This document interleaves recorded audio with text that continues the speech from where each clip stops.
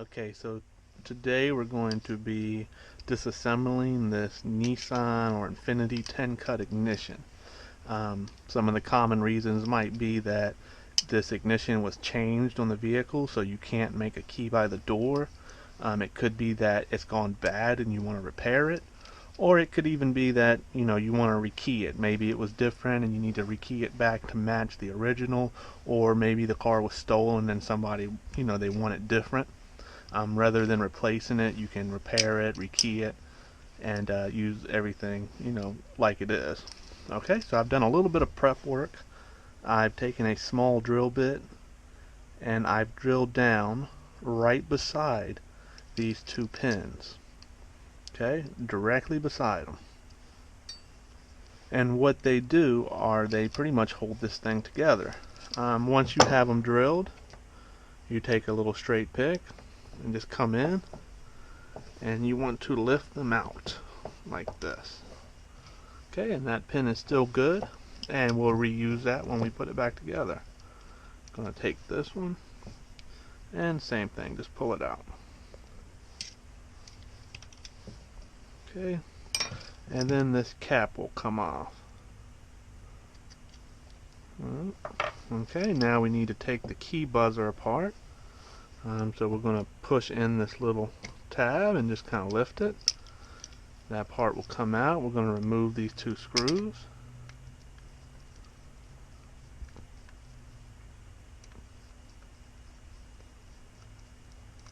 And then this piece will lift right up.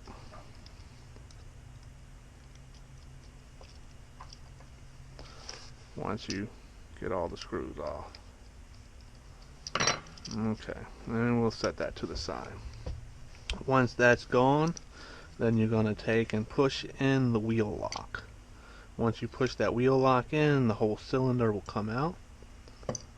And what you have is a spring, the actuator, this is what turns the plastic ignition, and then the cylinder that we need to disassemble.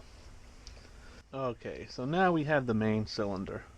But we still need to remove the plug, and to do that we need to depress this really small retainer on the back. I don't think that the magnifying glass will help too much to see it, but I'll try. All you really need is just a nice sharp flathead, and you want to take a blank key and put that blank key in the cylinder. Once you do that, go ahead and push in on that little retainer, and then you're going to take and push the plug forward. And there you go. There's the plug in your wafers. Now the reason why we put this blank key in is because if we didn't, these guys will fall out. Some cylinders will hold the wafers pretty tight, some won't. So you just want to make sure you always do that. Now once you have it out, you can pull the key just out a little bit and pull out each wafer one by one and line them up in the order that you pull them and facing all the same way. And the reason why we would do that, now there's 10 total, but I'm just going to pull out 2. The reason why we do that is because it will keep them in order, and there is the depth of each cut on there. So this is position 10, this is position 9. They're both 2s. Now you would either just put that in your program or write it down on a piece of paper, but you want to write it down after each one so you don't get it mixed up. Sometimes you can take the wafers out one by one and do it, and then after you're done put them back in. Just remember, if you don't have the key in there, you have to hold them. If you don't hold them, they'll fall out. And be careful of your little springs. Make sure your springs stay in there when you go to put the wafers back. And that is pretty much all you need to do to repair it or rekey it. Okay, so now we have our key cut and I have all the wafers back in. I'm going to go ahead and put the key in and make sure you get it in all the way. This one's got a tight little ridge, but there we go. Everything is flush. So the wafers are in pretty good shape. Usually I would take and spray a lot of WD-40 through this and clean it up, or Teflon spray, whatever you prefer. I'm in my cab here, so I don't like to spray the Teflon too much. It's kind of bad for you, but this is looking good. So we're going to put everything back together. So I got my key, I got my plug. I'm going to take this little retainer that I was telling you about. This is the one that holds it in. We can see that there. Now for this, we need to make sure that our retainer is on the same side as this little triangle that's here. And they're just going to be, if that's up, this needs to be up. Really simple. And you just push it in. And once you push it in, it will fall right into place. So that part's done. Okay, and then we need to put our actuator back on here, which it goes this way. I'm sorry, it goes this way. The spring will go here.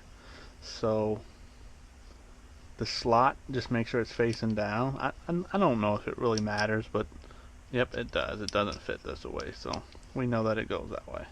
That's pretty simple. Now we're going to take, and we have to put it back into the main housing. And we can tell which way to go simple because that spring left a little mark here. And you can see that's where it needs to sit. And we're just going to gently slide it back in. Just want to make sure your spring stays in place, your actuator stays in place. And we're going to push it. Did I put that back in right? No. Just going to push it back in. And we have to push the wheel lock probably. There we go. And we're going to put our cap back on. And since it sits this way in the car, this is the top of it, this is the bottom in the car. We know that our lock is in this position, so make sure we put that back. But I guess it can only go the one way anyway because it has this little notch. And then we're going to take our pins that we took out, same ones. This is why I prefer to drill beside them rather than through them. And also this cheap metal is a lot easier to drill than this, I guess it's hardened steel, or just harder steel pins that they have here. And that's it.